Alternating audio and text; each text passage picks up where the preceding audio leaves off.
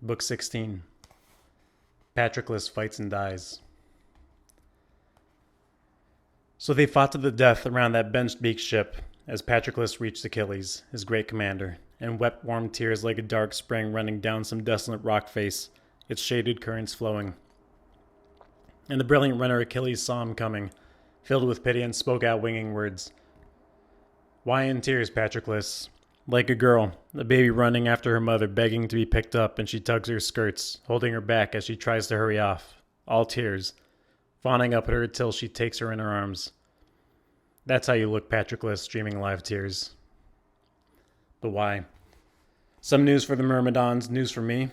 Some message from Phthia that you alone have heard? They tell me Menetius, Actor's son, is still alive, and Peleus, Iacchus' son, lives on among his Myrmidons. If both our fathers had died, we'd have some cause for grief. Or weeping over the Argives, are you? Seeing them die against the hollow ships repaid for their offenses? Out with it now. Don't harbor it deep inside you. We must share it all. With a wrenching groan you answered your friend, Patroclus, O my writer. Achilles, son of Peleus, greatest of the Achaeans, spare me your anger, please. Such heavy blows have overwhelmed the troops. Our former champions all laid up in the ships. All are hit by arrows or run through by spears. There's powerful Diomedes brought down by an archer, Odysseus wounded, and Agamemnon too, the famous spearman. And Eurypylus took an arrow shot into the thigh. Healers are working over them using all their drugs, trying to bind the wounds. But you are intractable, Achilles. Pray God such anger never seizes me, such rage you nurse. Cursed in your own courage. What good will a man, even one in the next generation, get from you unless you defend the Argives from disaster? You heart of iron, he was not your father, the horseman Peleus. Thetis was not your mother. Never. The salt gray sunless ocean gave you birth, and the towering blank rocks. Your temper so relentless. But still, if down deep some prophecy makes you balk, some doom your noble mother revealed to you from Zeus, well and good. At least send me into battle quickly. Let the whole Myrmidon army follow my command. I might bring some light of victory to our Argives. And give me your own fine armor to buckle on my back, so the Trojans might take me for you, Achilles, yes. Hold off from attack, and Achaea's fighting sons get second wind, exhausted as they are. Breathing room in war is all too brief. We're fresh and broken, the enemy's battle-weary. We could roll those broken Trojans back to Troy, clear of the ships and shelters.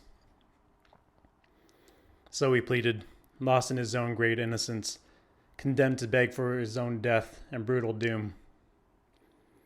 And moved now to his depths, the famous runner cried, No, no, my prince, Patroclus, what are you saying? Prophecies? None that touch me, none I know of. No doom my noble mother revealed to me from Zeus, just this terrible pain that wounds me to the quick. When one man attempts to plunder a man his equal, to commandeer a prize, exulting so in his own power. That's the pain that wounds me, suffering from humiliation. That girl, the sons of Achaea picked her as my prize, and I'd sacked a walled city, won her with my spear. But right from my grasp, he tears her, mighty Agamemnon, that son of Atreus, treating me like some vagabond, some outcast stripped of all my rights. Enough. Let bygones be bygones now, done is done. How on earth can a man rage on forever? Still, by God, I said I would not relax my anger, not till the cries and carnage reached my own ships. So you strap my splendid armor on your back. You lead our battle-hungry Myrmidons into action. If now, in fact, the black cloud of the Trojans blasts down on the ships with full gale force, our backs to the breaking surf, but clinging still to a cramped strip of land, the Argives lost. The whole city of Troy comes trampling down on us, daring, wild. Why? They cannot see the brow of my helmet flash before their eyes. Oh, they'd soon run for their lives and choke the torrent beds of the field with all their corpses, if only the mighty Agamemnon met me with respect. Now, as it is, they're fighting round our camp. No spear rages now in the hand of Diomedes, keen to save the Argives from disaster. I can't even hear the battle cry of Agamemnon break from his hated skull. But it's man-killing Hector calling his Trojans on, his war cries crashing round me, savage cries of his Trojans sweeping the whole plain, victors bringing the Argive armies to their knees. Even so, Patroclus, fight disaster off the ships, fling yourself at the Trojans full force before they gut our hulls with leaping fire and tear away the beloved day of our return. But take this command to heart, obey it to the end, so you can win great honor, great glory for me in the eyes of all the Argive ranks, and they'll send her back, my lithe and lovely girl, and top it off with troves of glittering gifts. Once you have whipped the enemy from the fleet, you must come back, Patroclus. Even if Zeus, the thundering lord of Hera, lets you seize your glory, you must not burn for war against these Trojans, madmen lusting for battle, not without me. You will only make my glory that much less. You must not, lost in the flush and fire of triumph, slaughtering Trojans outright, drive your troops to Troy. What if one of the gods who never die comes down from Olympus heights to intervene in battle? The deadly archer loves his Trojans dearly. No, you must turn back. Soon as you bring the light of victory to the ships, let the rest of them cut themselves to pieces on the plain. O would to God, Father Zeus, Athena, and Lord Apollo, not one of all these Trojans could flee his death, not one, no Argive either.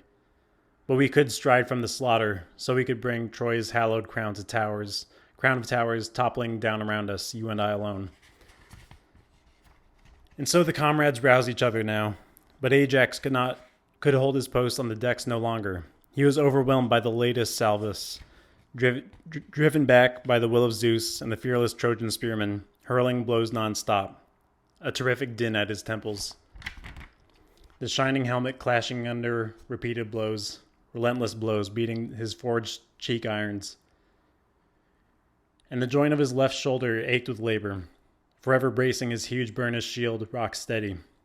But they could not wrench it loose from round his body, for all their pelting weapons.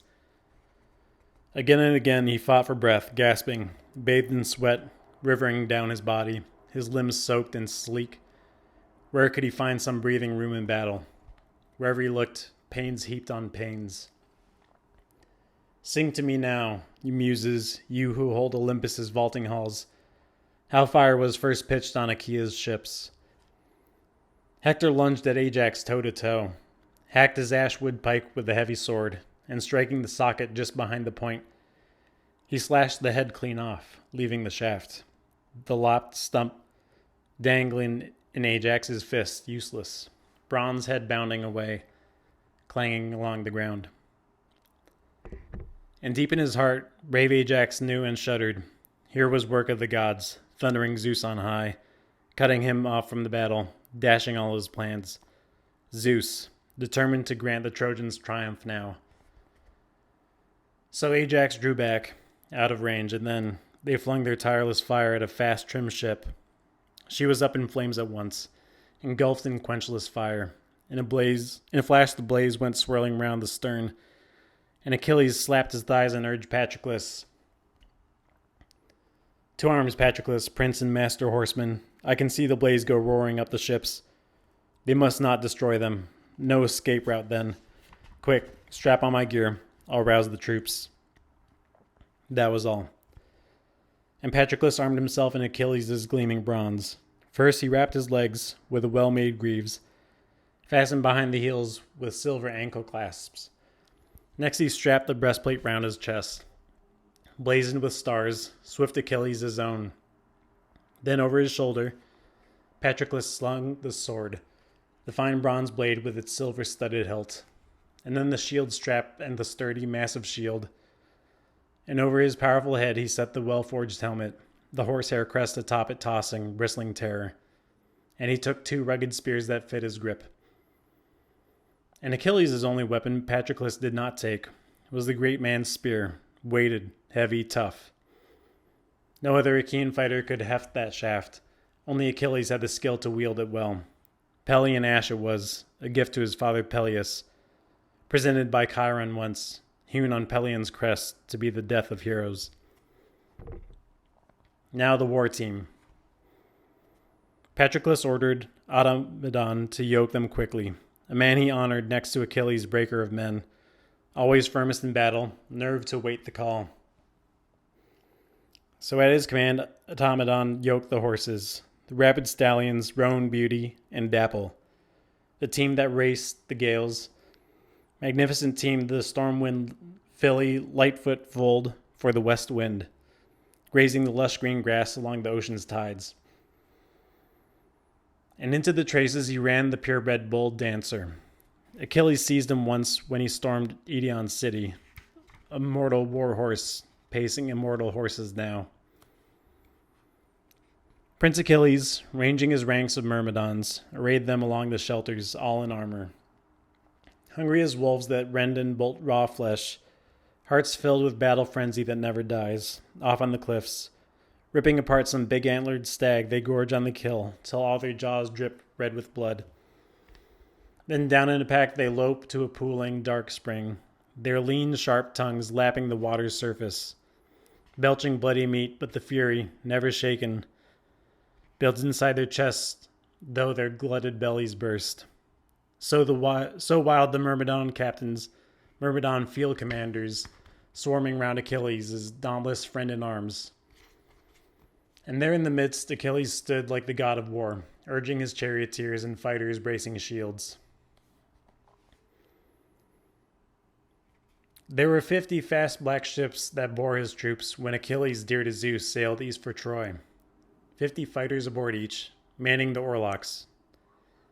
5 captains he named, entrusted with command. But he himself in his martial power ruled them all. The first battalion was led by Menestheus, bright in bronze, son of Spercheius river, swelled by the rains of Zeus, and born by the lovely Polydora, Peleus' daughter, when a girl and the god of a tireless river bedded down. But they called him the son of Boreas, Perieres' son, who showered the girl with countless bridal gifts, his wedded bride in the sight of all the world. The next battalion was led by fighting Eudorus, born out of wedlock too, Phylos' daughter. Polymela, the gorgeous dancer, bore the man, when irresistible Hermes the giant killer, lusted for her once.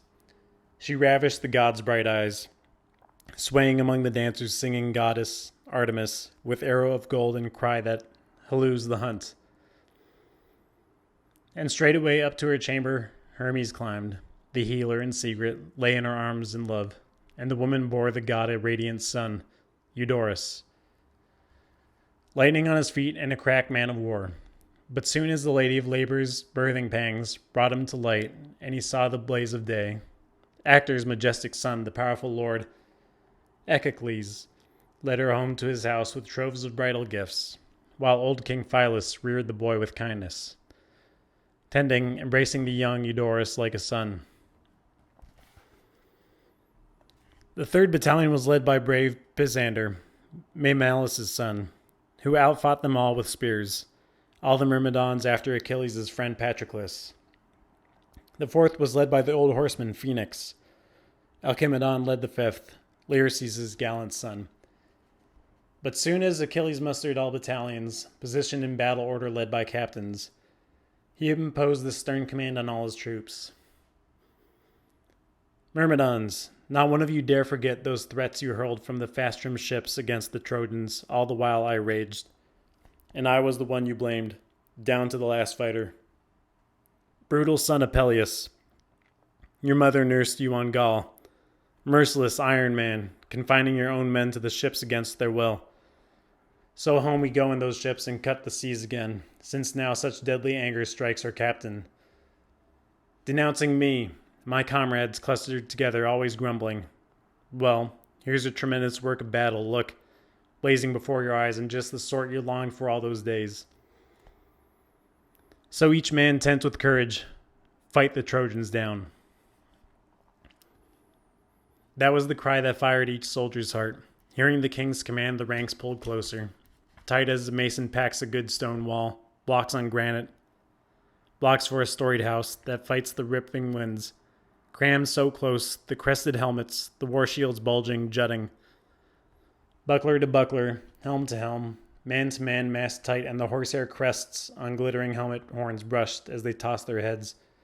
The battalions bulked so dense. And out before them all, 2 men took battle stations, Patroclus and Myrmidon, seized with a single fury to fight in the comrades' vanguard far in front. But Achilles strode back to his shelter now, and opened the lid of the princely inlaid sea chest that glistening-footed Thetis stowed in his ship to carry, filled to the brim with war shirts, windproof cloaks, and heavy fleecy rugs. And there it rested, his handsome, well-wrought cup. No other man would drink the shining wine from its glowing depths, nor would Achilles pour the wine to any other god, none but Father Zeus. Lifting it from the chest, he purified it with sulfur crystals first, then rinsed it out with water running clear, washed his hands and filled it bright with wine. And then, taking his stand before his lodge, he prayed, pouring the wine to earth and scanning the high skies, and the god who loves the lightning never missed a word. King Zeus, Pelasgian Zeus, Lord of Dodina's holy shrine, dwelling far away, brooding over Dodina's bitter winters. Your prophets dwelling round you, Zeus, the Sally sleeping along the ground with unwashed feet. If you honored me last time and heard my prayer, and rained destruction down on all Achaea's ranks, now, once more I beg you, bring my prayer to pass. I myself hold out on the shore with the beached ships here, but I send my comrade forth to war with troops of Myrmidons. Launch glory along with him, high lord of thunder Zeus. Fill his heart with courage. So even Hector learns that Patroclus has the skill to fight his wars alone. My friend in arms, or his hands can rage unvanquished only when I go wading in and face the grind of battle. But once he repels the roaring onslaught from the ships, let him come back to me and our vast fleet, unharmed, with all my armor around him, all our comrades fighting around my friend. So Achilles prayed, and Zeus in all his wisdom heard those prayers. One prayer the Father granted, the other he denied. Patroclus would drive the onslaught off the ships. That much Zeus granted true, but denied him safe and sound return from battle. Once Achilles had poured the wine and prayed to Zeus, he returned to his shelter, stowed the cup in the chest, then took his stand outside, his spirit yearning still to watch Achaeans and Trojans struggle to the death. Myrmidon's battalions ranged in armor with great-hearted Patroclus, moving out now, the fury bursting inside them, suddenly charged the Trojans. They swarmed forth like wasps from a roadside nest when boys have made it their sport to set them seething, day after day tormenting them round their wayside hive. Idiot boys. They make a menace for every man in sight. Any innocent traveler passing them on that road can stir them accidentally. Up in arms in a flash, all in a swarm come pouring, each one raging down to fight for home and children. Such frenzy seized their hearts, Myrmidons pouring out of the ships, ceaseless shouts rising, and over them all Patroclus' war cries rousing comrades. Myrmidons, brothers in arms of Peleus' son Achilles, fight like men, my friends, call up your battle fury. Now we must win high honor for Peleus' royal son, far the greatest fighter among the Argive fleet, and we who fight beside him the bravest troops. So even mighty Atreides can see how mad he was to disgrace Achilles, the best of the Achaeans. He closed with a shout and fired each fighter's heart, and down in a mass they launched against the Trojans, ships around them echoing back their shattering cries. The Trojans, soon as they saw Menoetius' gallant son, himself and his loyal driver flare in brazen gear, all their courage quaked, their columns buckled, thinking swift Achilles had tossed to the winds his hard rage that held him back by the ships and chosen friendship toward the Argives now.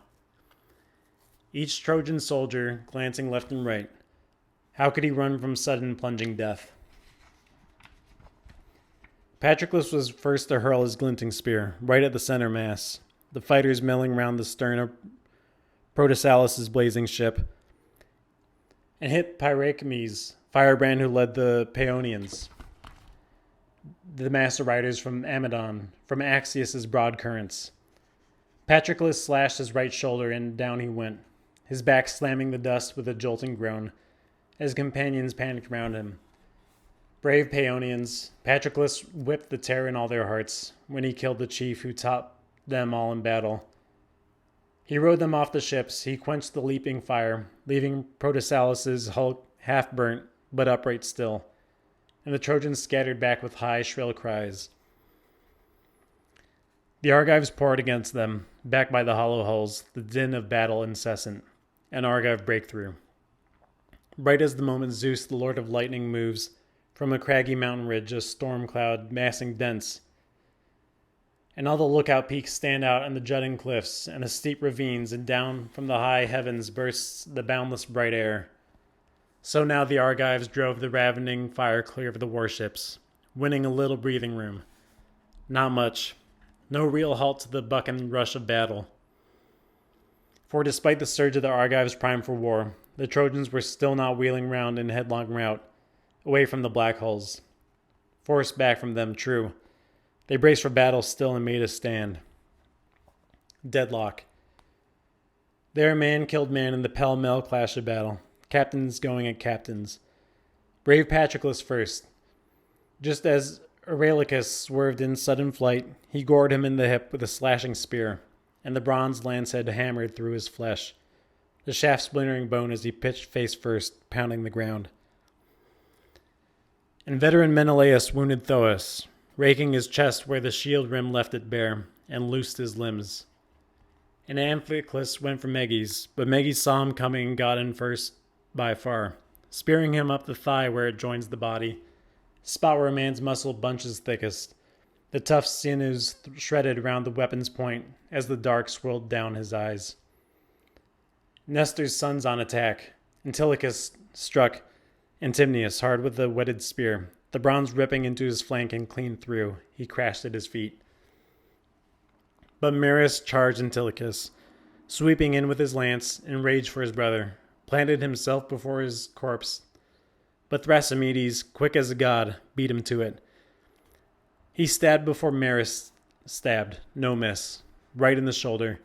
The Argives' spear point cracked through the bony socket, shearing away the tendons, wrenched the whole arm out, and down he thundered. Darkness blanked his eyes. So these two brothers, laid low by the two brothers, dropped to the world of night. Sarpedon's stalwart cohorts, spearmen sons of Amisodarus, he who bred the Chimera, the grim monster that sent so many men to death. There, quick Oilean Ajax rushed Clobalus, took him alive, stumbling blind in the rout, but took his life at once, snapped his strength with the sword that hewed his neck bone. Up to the hilt, so the whole blade ran hot with blood, and red death came flooding down his eyes, and the strong force of fate. And now in a breakneck charge, Peneleus closed with Lycon. They'd missed each other with spears, two wasted casts, so now both clashed with swords. Lycon, flailing, chopped the horn of Peneleus's horsehair-crested helmet, but round the socket the sword blade smashed to bits, just as Peneleus hacked his neck below the ear, and the blade sank clean through. Nothing held but a flap of skin. The head swung loose to the side as Lycon slumped down to the ground. There, at a dead run, Meriones ran down Acamas mounting behind his team, and gouged his right shoulder. He pitched from the car, and the mist whirled down his eyes. Idomeneus skewered Aramis straight through the mouth, the merciless brazen spear point raking through, up under the brain to split his glistening skull, teeth shattered out. Both eyes brimmed to the lids with a gush of blood, and both nostrils spurting, mouth gaping, blowing convulsive sprays of blood, and death's dark cloud closed down around his corpse. So in a rush, each Argive captain killed his man, as ravenous wolves come swooping down on lambs or kids to snatch them away from right amidst their flock, all lost when a careless shepherd leaves them straggling down the hills, and quickly spotting a chance, the wolf pack picks them off. No heart for the fight. So the Achaeans mauled the Trojans. Shrieking flight the one thing on the Trojans' minds. They forgot their fighting fury. Great Ajax now, forever aiming at Hector, trying to strike his helmet flashing bronze, but Hector was far too seasoned, combat-tested. Broad shoulders hunching under his bull's hide shield, his eyes peeled for a whistling shaft or thudding spear. Hector knew full well the tide of battle had turned, but still stood firm, defending die-hard comrades. Wild as a storm cloud moving off Olympus into heaven, out of a clear blue sky when Zeus brings cyclones on. So wild the rout, the cries that came from the ships, as back through the trench they ran, formations wrecked. And Hector? Hector's speeding horses swept him away, armor and all, leaving his men to face their fate. Trojans trapped but struggling on in the deep trench. Hundreds of plunging war teams dragging chariots down, snapping the yoke poles, ditched their masters' cars, and Patroclus charged them, heart afire for the kill, shouting his Argives forward, "Slaughter Trojans." Cries of terror breaking as Trojans choked all roads, their lines ripped to pieces, up from under the hoofs, a dust storm swirling into the clouds as rearing horses broke into stride again and galloped back to Troy, leaving ships and shelters in their wake. Patroclus, wherever he saw the biggest masses dashing before him, there he steered, plowing ahead with savage cries, and fighters tumbled out of their chariots head first, crushed under their axles, war cars crashing over, yes, but straight across the trench went his own careering team, at a superhuman bound. Magnificent racing stallions, gifts of the gods to Peleus, shining immortal gifts, straining breakneck on as Patroclus' high courage urged him against Prince Hector, keen for the kill, but Hector's veering horses swept him clear. And all in an onrush dark as autumn days, when the whole earth flattens back beneath the gale, when Zeus flings down his pelting, punishing rains, up in arms, furious, storming against those men who brawl in the courts and render crooked judgments, men who throw all rights to the winds with no regard for the vengeful eyes of the gods.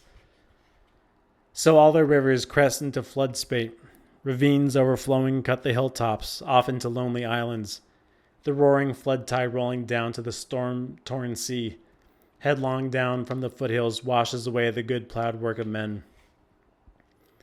Rampaging so, the gasping Trojan war teams hurtled on. Patroclus, soon as the fighter cut their front battalions off, he swerved back to pin them against the warships, never letting the Trojans stream back up to Troy as they struggled madly on. But there midfield between the ships, the river and beetling wall, Patroclus kept on sweeping in, hacking them down, making them pay the price for Argives slaughtered. There, Pronus first to fall, a glint of the spear, and Patroclus tore his chest left bare by the shield rim, loosed his knees, and the man went crashing down.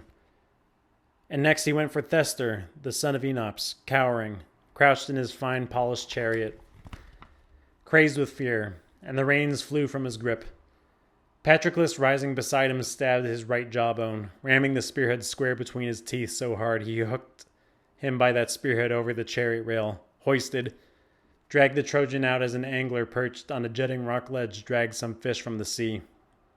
Some noble catch, with line and glittering bronze hook. So with the spear Patroclus gaffed him off his car, his mouth gaping round the glittering point, and flipped him down face first, dead as he fell, his life breath blown away. And next he caught Euryalus, closing, lunging in. He flung a rock and it struck between his eyes, and the man's whole skull split in his heavy helmet. Down the Trojan slammed on the ground. Head down, and courage-shattering death engulfed his corpse. Then, in a blur of kills, Amphoterus, Aramis, Epaltes, Tlepolemus, son of Damaster, and Echius and Pyrrhus, Iphias and Eupus, and Polymelus, the son of Argaeus. He crowded corpse on the earth that rears us all. But now Sarpedon, watching his comrades drop and die, war shirts billowing free as Patroclus killed them, dressed his godlike Lycians down with a harsh shout. Lycians, where's your pride? Where are you running? Now be fast to attack. I'll take him on myself, see who he is who routs us, wreaking havoc against us, cutting the legs from under squads of good brave men. With that he leapt from his chariot fully armed and hit the ground, and Patroclus straight across. as soon as he saw him, leapt from his car too. As a pair of crook-clawed, hook-beaked vultures swooped to fight, screaming above some jagged rock, so with their battle cries they rushed each other there. And Zeus the son of Cronus, with Cronus's twisting ways, filling with pity now to see the two great fighters, said to Hera, his sister and his wife, "My cruel fate, my Sarpedon, the man I love the most, my own son, doomed to die at the hands of Menoetius' son Patroclus. My heart is torn in two as I try to weigh all this. Shall I pluck him up now, while he's still alive, and set him down in the rich green land of Lycia, far from the war at Troy and all its tears? Or beat him down at Patroclus' hands at last?" But Queen Hera, her eyes wide, protested strongly. "Dread Majesty, son of Cronus, what are you saying? A man, a mere mortal, his doom sealed long ago? You'd set him free from all the pains of death? Do as you please, Zeus. But none of the deathless gods will ever praise you. And I tell you this, take it to heart, I urge you. If you send Sarpedon home, living still beware. Then surely some other god will want to sweep his own son clear of the heavy fighting too. Look down. Many who battle round King Priam's mighty walls are sons of the deathless gods. You will inspire lethal anger in them all. No, dear as he is to you, and your heart grieves for him, leave Sarpedon there to die in the brutal onslaught, beaten down at the hands of Menoetius' son Patroclus. But once his soul and the life force have left him, send death to carry him home. Send soothing sleep, all the way till they reach the broad land of Lycia. There his brothers and countrymen will bury the prince, full with royal rites, with mounded tomb and pillar. Those are the solemn honors owed the dead." So she pressed, and Zeus the father of men and gods complied at once. But he showered tears of blood that drenched the earth, showers in praise of him, his own dear son, the man Patroclus was just about to kill on Troy's fertile soil, far from his fatherland. Now as the two came closing in on each other, Patroclus suddenly picked off Thrasymeles, the famous driver, the aide who flanked Sarpedon. He speared him down the guts and loosed his limbs. But Sarpedon hurled next with a flashing lance and missed his man, but he hit the horse-bull dancer, stabbing his right shoulder, and down the stallion went, screaming his life out, shrieking down in the dust as his life breath winged away. And the paired horses reared apart, a raspy creak of the yoke, the reins flying, fouled as the trace horse thrashed the dust and death throes. But the fine spearman Automedon found a cure for that. Drawing his long, sharp sword from his sturdy thigh, he leapt with a stroke to cut the trace horse free. It worked. The team righted, pulled at the reins, and again both fighters closed with savage frenzy, dueling now to the death. Again, Sarpedon missed. Over Patroclus' left shoulder, his spearhead streaked. It never touched his body. Patroclus hurled next. The bronze launched from his hand. No miss. A mortal hit. He struck him right where the midriff packs the pounding heart, and down Sarpedon fell as an oak, or white poplar falls, or towering pine that shipwrights up on a mountain, hewed down with whetted axes for sturdy ship timber. So he stretched in front of his team and chariot, sprawled and roaring, clawing the bloody dust. As the bull, a marauding lion cuts from the herd, tawny and great-hearted among the shambling cattle, dies bellowing under the lion's killing jaws. So now, Sarpedon, captain of Lycia's shieldsmen, died at Patroclus' hands and died raging still, crying out his beloved comrade's name. "Glaucus, O dear friend, dear fighter, soldier's soldier, now is the time to prove yourself a spearman, a daring man of war. Now, if you are brave, make grueling battle your one consuming passion. First find Lycia's captains, range the ranks, spur them to fight and shield Sarpedon's body. Then you, Glaucus, you fight for me with bronze. You'll hang your head in shame every day of your life, if the Argives strip my armor here at the anchored ships where I have gone down fighting. Hold on, full force, spur all our men to battle." Death cut him short. The end closed in around him, swirling down his eyes, choking off his breath. Patroclus planted a heel against his chest, wrenched the spear from his wound, and the midriff came out with it. So he dragged out both the man's life breath and the weapons point together. Close by, the Myrmidons clung to the panting stallions, straining to bolt away, free of their master's chariot. But grief came over Glaucus, hearing his comrades call. His heart was racing. What could he do to help him?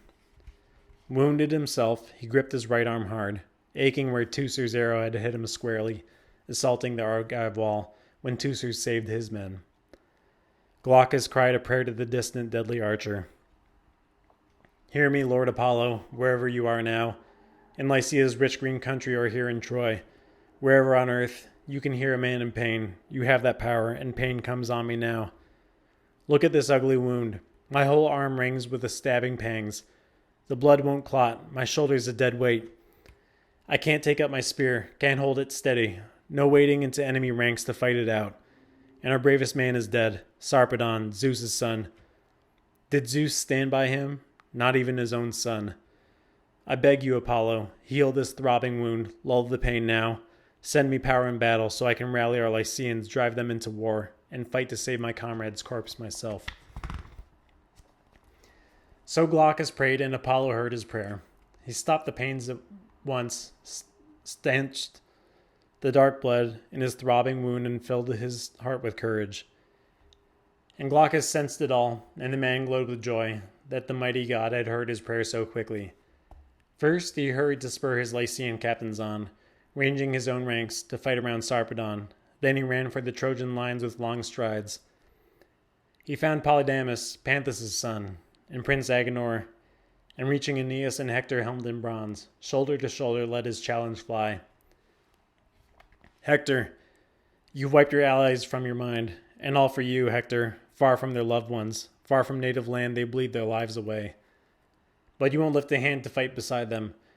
There lies Sarpedon, lord of Lycia's shieldsmen, who defended his realm with just decrees and power. Ares has cut him down with Patroclus' brazen spear. Quick, my friends, stand by him. Cringe with shame at the thought they'll strip his gear and maim his corpse.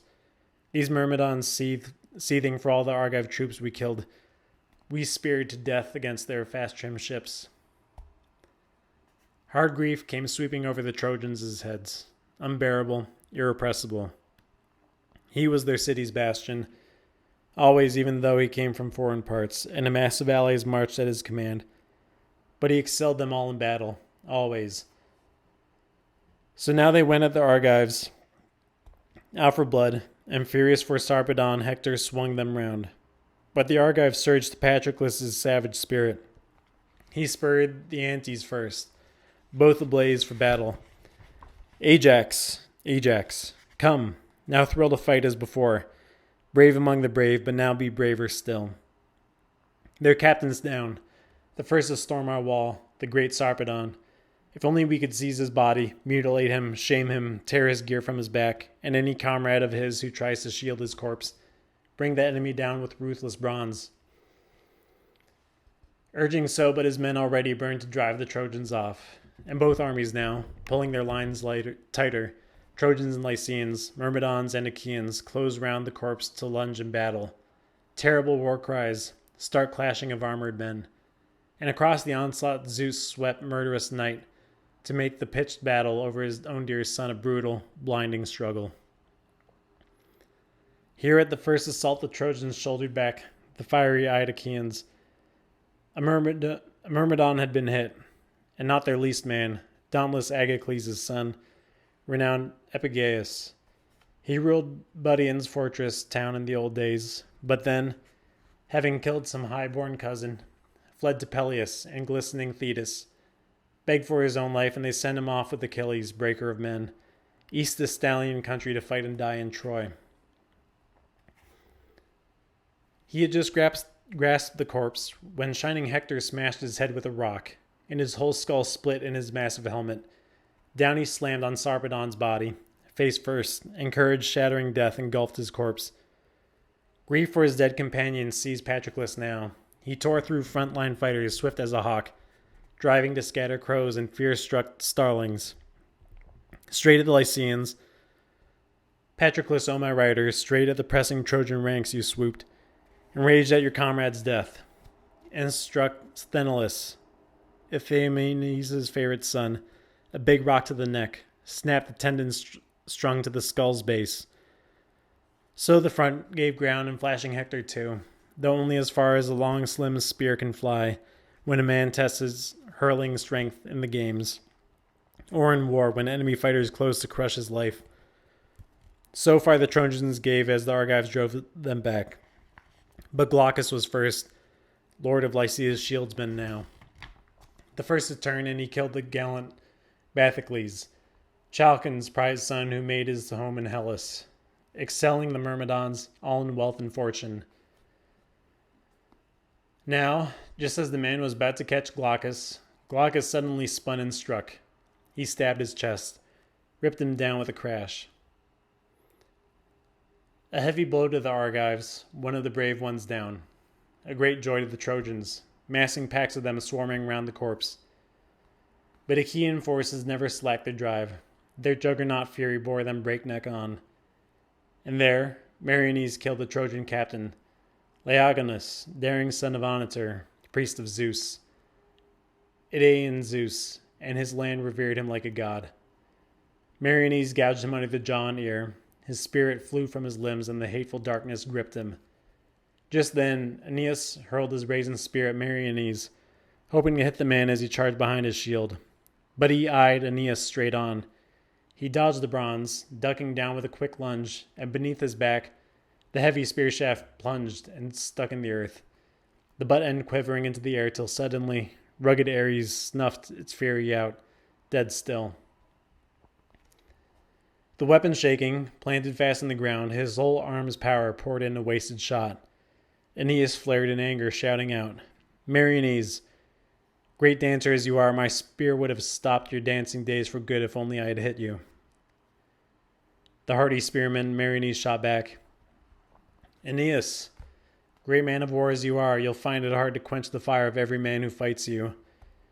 You too are made of mortal stuff, I'd say, and if I had lanced your guts with bronze, strong as you are now and cocksure of your hands, you'd give me glory now.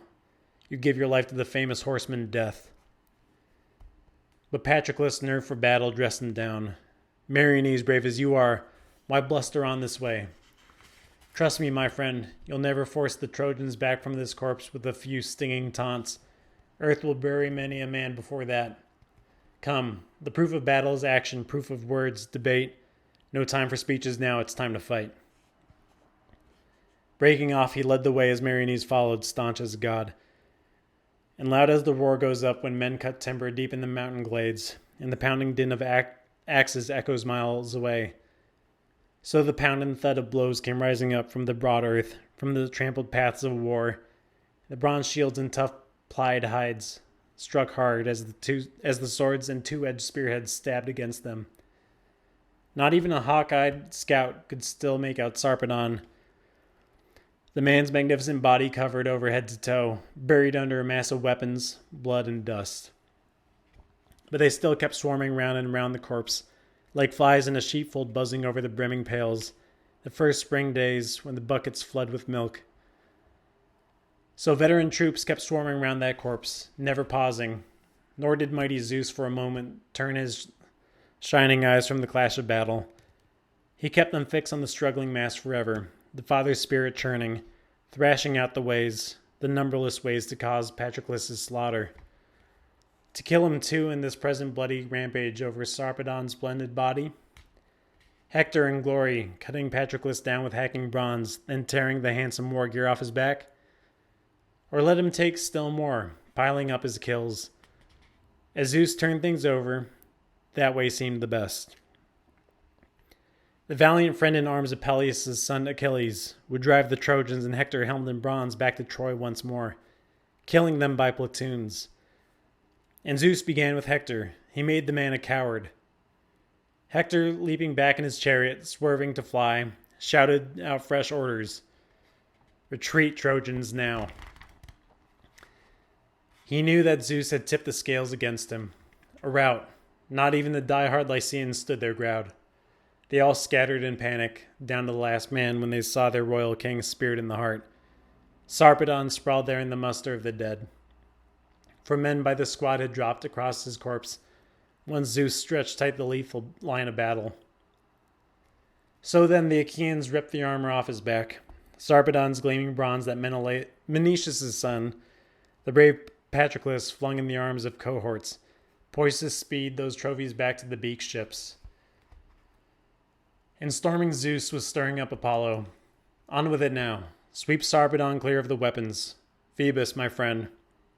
And once you wipe the dark blood from his body, bear him far from the fighting, off and away, and bathe him well in a river's running tides, and anoint him with deathless oils. Dress his body in deathless ambrosial robes. Then send him on his way with the wind's swift escorts, twin brothers, Sleep and Death, who with all good speed will set him down in the broad green land of Lycia. There, his brothers and countrymen will bury the prince with full royal rites, with mounded tomb and pillar. These are the solemn honors owed the dead. So he decreed, and Phoebus did not neglect the father's strong desires. Down from Ida's slopes he dove to the bloody field, and lifting Prince Sarpedon clear of the weapons, bore him far from the fighting, off and away, and bathed him well in the river's running tides, and anointed him with deathless oils, dressed his body in deathless ambrosial robes, then sent him on his way with the wind-swift escorts, twin brothers Sleep and Death, who with all good speed set him down in Lycia's broad green land. But Patroclus, giving a cry to Myrmidon, whipping on his team, Patroclus went for Troy's and Lycia's lines, blind in his fatal frenzy, luckless soldier. If only he had obeyed Achilles' strict command, he might have escaped his doom, the stark night of death. But the will of Zeus will always overpower the will of men.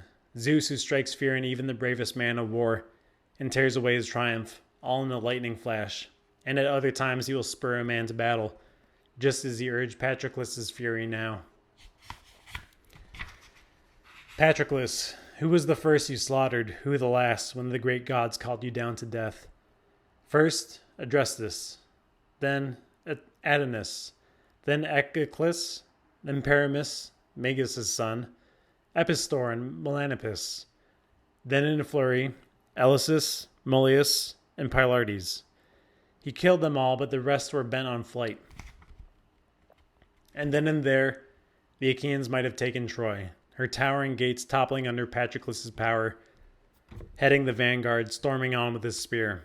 But Apollo took his stand on the massive rampart, his mind blazing with death for him, but help for Troy. 3 times Patroclus charged the jut of the high wall. 3 times Apollo battered the man and hurled him back, the god's immortal hands beating down on the gleaming shield. Then at Patroclus' fourth assault, like something superhuman, the god shrieked down his winging words of terror. Back, Patroclus, prince, go back. It is not the will of fate that the proud Trojans' citadel fall before your spear, not even before Achilles, far greater man than you. And Patroclus gave ground, backing a good way off, clear of the deadly archer's wrath. But now Hector, reining his high-strung team at the Scaean gates, debated a moment, waiting. Should he drive back to the rout and soldier on, or call his armies now to rally within the ramparts?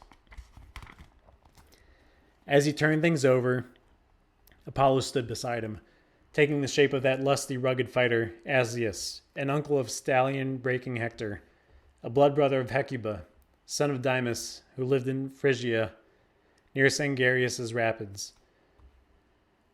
Like him, Apollo the son of Zeus incited Hector. Hector, why stop fighting, neglecting your duty? If only I outfought you as you can outfight me, I'd soon teach you to shirk your work in war. You'd pay the price, I swear. Up with you, fast. Lash those pounding stallions straight at Patroclus. You might kill him still. Apollo might give you glory. And back Apollo strode, a god in the wars of men, while glorious Hector ordered skilled Cabriones flogged the team to battle.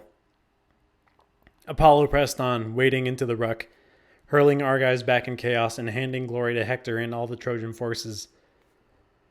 But Hector ignored the Argive masses, killing none. He lashed his pounding stallion straight at Patroclus.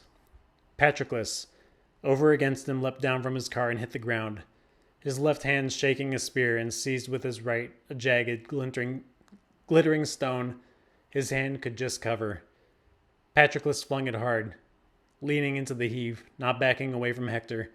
No, and no wasted shot. But he hit his driver, a bastard son of famed King Priam, Cabriones yanking the reins back taut, right between the eyes. The sharp stone crushed both brows, the skull caved in, and both eyes burst from their sockets, dropping down in the dust before his feet as the reinsman vaulted, plunging off his well-wrought car like a diver. Cabriones' life breath left his bones behind, and you taunted his corpse, Patroclus, O my rider. Look what a springy man, a nimble, flashy tumbler. Just think what he'd do at sea where the fish swarm. Why, the man could glut a fleet, diving for oysters, plunging overboard even in choppy, heaving seas, just as he dives to ground from his war car now. Even these Trojans have their numbers, what a leap. And he leapt himself at the fighting driver's corpse, with a rushing lunge of a lion struck in the chest, as he lays waste pens of cattle. His own lordly courage about to be his death. So you sprang at Cabriones' full fury, Patroclus, as Hector sprang down from his chariot just across, and the two went tussling over the corpse. As lions up on the mountain ridges over a fresh killed stag, both ravenous, proud and savage, fight it out to the death. So over the driver here, and both claw mad for battle, Patroclus, son of Menoetius, Hector ablaze for glory, strained to slash each other with ruthless bronze. Hector seized the corpse's head, would not let it go. Patroclus clung to a foot and other fighters clashed. Trojans, Argives, all in a grueling, maiming onset. As the east and south winds fight in killer squalls, deep in a mountain valley thrashing stands of timber, oak and ash and cornel with bark stretched taut and hard, and they whip their long, sharp branches against each other. A deafening roar goes up, the splintered timber crashing. So Achaeans and Trojans crashed, hacking into each other, and neither side now had a thought of flight that would have meant disaster. Showers of whetted spears stuck fast around Cabriones, bristling winged arrows whipped from the bowstrings, huge rocks by the salvo battering shields on shields as they struggled round the corpse. There he lay in the whirling dust, overpowered in all his power, and wiped from memory all his horseman's skills. So till the sun bestrode the sky at high noon, the weapons hurtled side to side and men kept falling. But once the sun wheeled past the hour for unyoking oxen, then the Argives mounted a fiercer new attack, fighting beyond their fates. They dragged the hero Cabriones out from under the pelting shafts and Trojans' piercing cries, and they tore the handsome war gear off his back, and Patroclus charged the enemy, fired for the kill. 3 times he charged with the headlong speed of Ares, screaming his savage cry. 3 times he killed 9 men. Then at the 4th assault, Patroclus, like something superhuman, then, Patroclus, the end of life came blazing up before you. Yes, the Lord Apollo met you there in the heart of battle, the god, the terror. Patroclus never saw him coming, moving across the deadly route, shrouded in thick mist, and on he came against him and looming up behind him now, slammed his broad shoulders and back with the god's flat hand, and his eyes spun as Apollo knocked the helmet off his head, and under his horse's hoofs it tumbled, clattering on with its 4 forged horns, and its hollow blank eyes and its plumes were all smeared in the bloody dust. Forbidden before this to defile its crest and dust, it guarded the head and handsome brow of a god, a man like a god, Achilles. But now the father gave it over to Hector to guard his head in war, since Hector's death was closing on him quickly. Patroclus, though, the spear in his grip was shattered, the whole of its rugged bronze shod shadow-casting length, and his shield with straps and tassels dropped from his shoulders, flung down on the ground, and Lord Apollo, the son of Zeus, wrenched his breastplate off. Disaster seized him, his fine legs buckling. He stood there senseless. And now, right at his back, close up, a Dardan fighter speared him squarely between the shoulder blades with a sharp lance. Panthus' son, Euphorbus, the best of his own age at spears and horseman's skill and speed of foot. And even in this, his first attack in chariots, just learning the arts of war, he brought down 20 drivers off their cars. He was the first to launch a spear against you, Patroclus, O my rider, but did not bring you down. Yanking out his ashen shaft from your body, back he dashed and lost himself in the crowds. The man would not stand up to Patroclus here in mortal combat, stripped, defenseless as he was. Patroclus, stunned by the spear and the god's crushing blow, was weaving back to his own thronging comrades, trying to escape death.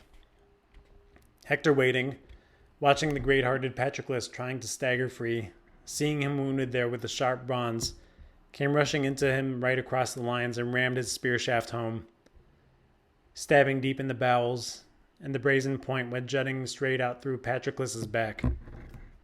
Down he crashed. Horror gripped the Achaean armies, as when some lion overpowers a tireless wild boar up on a mountain summit, battling in all their fury over a little spring of water, both beasts craving to slake their thirst, but the lion beats him down with sheer brute force as the boar fights for breath. So now with a close thrust, Hector the son of Priam tore the life from the fighting son of Menoetius. From Patroclus, who had killed so many men in war and gloried over him, wild winging words. Patroclus, surely you must have thought you'd storm my city down, you'd wrest from the wives of Troy their day of freedom, drag them off in ships to your own dear fatherland. You fool.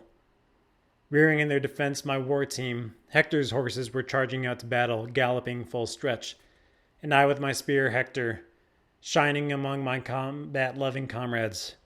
I fight away from them the fatal day, but you, the vultures will eat your body raw. Poor, doomed. Not for all his power could Achilles save you now, and how he must have filled your ears with orders as you went marching out, and the hero stayed behind. Now don't come back to the hollow ships, you hear? Patroclus, master horseman, not till you've slashed the shirt around his chest and soaked it red in the blood of man-killing Hector. So he must have commanded, you maniac, you obeyed. Struggling for breath, you answered, Patroclus, O my rider. Hector, now is your time to glory to the skies. Now the victory is yours. A gift of the son of Cronus, Zeus, Apollo too.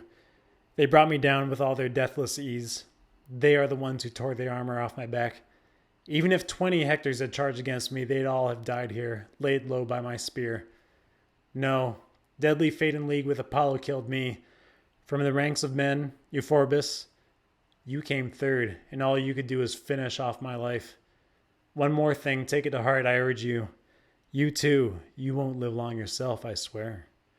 Already I see the looming up beside you, death and the strong force of fate, to bring you down at the hands of Aeacus' great royal son, Achilles.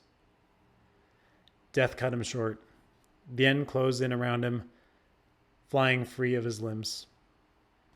His soul went ringing down to the house of death, wailing his fate, leaving his manhood far behind, his young and supple strength. But glorious Hector taunted Patroclus' body, dead as he was. Why, Patroclus, why prophesy my doom, my sudden death? Who knows? Achilles the son of sleek-haired Thetis may outrace me, struck by my spear first, and gasp away his life. With that, he planted a heel against Patroclus' chest, wrenched his brazen spear from the wound, kicked him over, flat on his back, free and clear of the weapon. At once he went for Myrmidon with that spear, quick as a god, the aid of swift Achilles, keen to cut him down, but his veering horses swept him well away, magnificent racing stallions, gifts of the god to Peleus, shining immortal gifts.